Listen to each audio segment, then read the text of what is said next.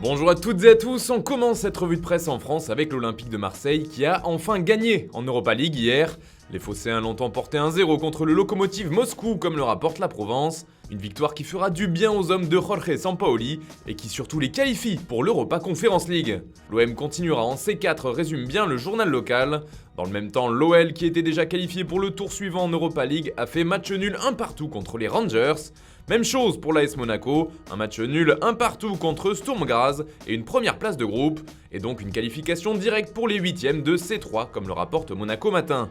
On file en Italie avec le match en retard de Ligue des Champions qui avait été reporté à cause de fortes chutes de neige. L'Atalanta n'a pas réussi à renverser la rencontre qu'elle perdait 3-0 contre Villarreal, score final 3-2. Et l'Italie perd une autre déesse, se lamente le Quotidiano Sportivo qui a vu la DA tomber KO. Il ne reste plus que l'Inter et la Juve en C1. Pareil en couverture de Tuttosport qui explique que même pour une déesse le cœur ne suffit pas. On en parle aussi en une du Corriere dello Sport, mais d'autres clubs transalpins continuent de jouer sur le plan européen, comme le rapporte le quotidien.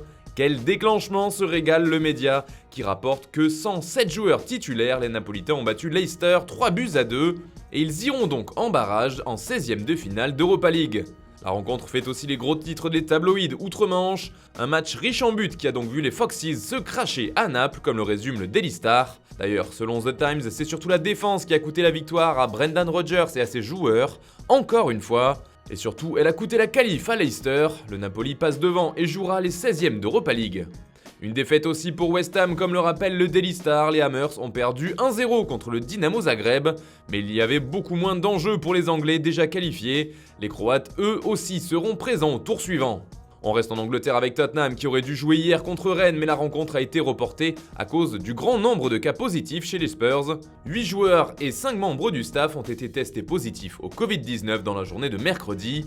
Et le Daily Express évoque un véritable chaos et un cauchemar qui s'annonce pour Tottenham, car la rencontre contre Brighton en championnat qui devait se jouer dimanche a également été reportée. C'est ce que rapporte aussi le Daily Mirror ce vendredi.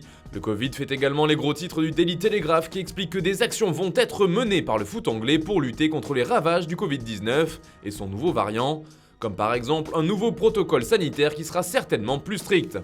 En Espagne, c'est un joueur de Première Ligue qui fait parler, il s'agit d'Antonio Rüdiger, le défenseur de Chelsea. L'international allemand fait la une de Marca qui parle d'offensive finale pour Rüdiger, de la part de Real Madrid, car le joueur n'a toujours pas prolongé avec les Blues et il sera possible dès le mois de janvier de négocier avec lui directement pour un contrat la saison prochaine, et donc c'est la Casablanca qui tiendrait la corde sur ce dossier. D'ailleurs à propos de son contrat, selon le Daily Mail, il va devenir le défenseur le mieux payé au monde, à condition qu'il ne prolonge pas avec Chelsea. Les Blues lui ont proposé un nouveau bail avec un salaire d'environ 140 000 livres par semaine, ce qui fait plus de 160 000 euros. Mais toujours selon le journal anglais, il pourrait toucher bien plus, jusqu'à plus de 400 000 livres par semaine, soit près de 470 000 euros.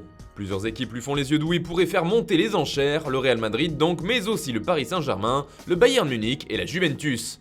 Enfin, on termine ce tour de la presse en Espagne avec la catastrophe du Barça qui continue de faire parler. Mundo Deportivo évoque ce vendredi l'explosion de Xavi après la défaite contre Bayern.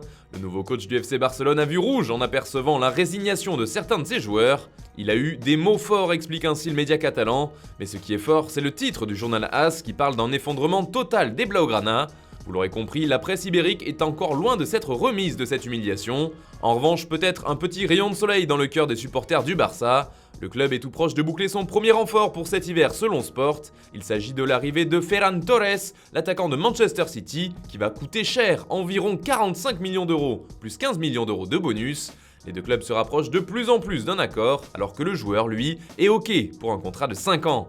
Voilà, c'est tout pour cette revue de presse. Merci de nous avoir suivis, on se retrouve tout à l'heure pour le dernier JT de la semaine sur Foot Mercato.